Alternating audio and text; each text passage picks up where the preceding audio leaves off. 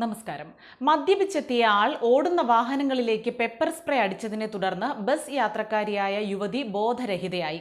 അസ്വസ്ഥത അനുഭവപ്പെട്ട മറ്റുള്ളവരും ആശുപത്രിയിൽ ചികിത്സ തേടി. ഫറോക്ക് ചെറുവണ്ണൂരിൽ ഇന്നലെ വൈകിട്ടോടെയാണ് യാത്രക്കാരെ ഞെട്ടിച്ച സംഭവം നടന്നത്.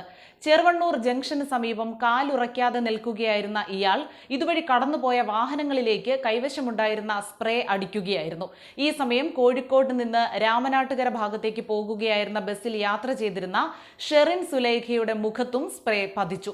തുടർന്ന് ബോധം നഷ്ടപ്പെടുകയായിരുന്നു. ഉടൻ യുവതിയെ സമീപത്തെ സ്വകാര്യ ആശുപത്രിയിൽ പ്രവേശിപ്പിച്ചു. ഇതേസമയം തന്നെ സ്പ്രേ ആക്രമണത്തിനിരയായ passenger auto driver Malappuram Aikkarappadi സ്വദേശി കുളങ്ങോട്ട് ഹൌസിൽ മുഹമ്മദ് നബീലും അസ്വസ്ഥത അനുഭവപ്പെട്ടതിനെ തുടർന്ന് ആശുപത്രിയിൽ ചികിത്സ തേടി.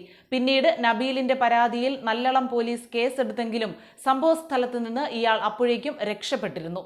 അതേസമയം തിരുവനന്തപുരം അമ്പൂരിയിൽ ഭർത്താവ് ഭാര്യയെ കുത്തിക്കൊലപ്പെടുത്തിയ കേസിൽ കുറച്ചുകൂടി വിവരങ്ങൾ പുറത്തു വരുന്നുണ്ട്.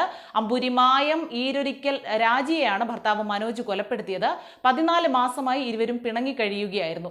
ആശുപത്രിയിൽ പോയി മടങ്ങി വരവെ വീടിന് മുന്നിലുള്ള കുരിശടിക്ക് സമീപം വെച്ചാണ് രാജിയെ മനോജ് ആക്രമിച്ച് കൊലപ്പെടുത്തിയത്. കത്തി കൊണ്ടുള്ള ആക്രമണത്തിൽ മുഖത്തും നെഞ്ചിലും പുറത്തും ഗുരുതരമായി പരിക്കേറ്റു. ഉടൻ തന്നെ കാട്ടാക്കടയിലെ സ്വകാര്യ ആശുപത്രിയിൽ എത്തിച്ചുവെങ്കിലും ജീവൻ രക്ഷിക്കാൻ കഴിഞ്ഞില്ല. ആക്രമണത്തിനിടെ മനോജിന്റെ കൈക്കും പരിക്കേറ്റിട്ടുണ്ട്.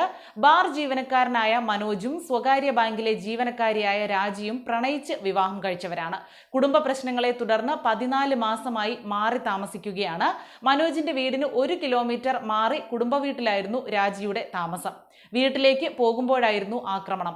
പിണക്കം അവസാനിപ്പിച്ച് രാജിയെ ഒപ്പം താമസിക്കാനായി മനോജ് ക്ഷണിച്ചിരുന്നു. എന്നാൽ രാജി വിസമ്മതിച്ചു. അവഗണന കൂടിയതോടെ മറ്റേതെങ്കിലും ബന്ധം രാജിക്കുണ്ടോ എന്ന് സംശയവും കൊലപാതകത്തിന് കാരണമായെന്ന് പോലീസ് പറയുന്നു. ഇവർക്ക് 2 കുട്ടികളുണ്ട്.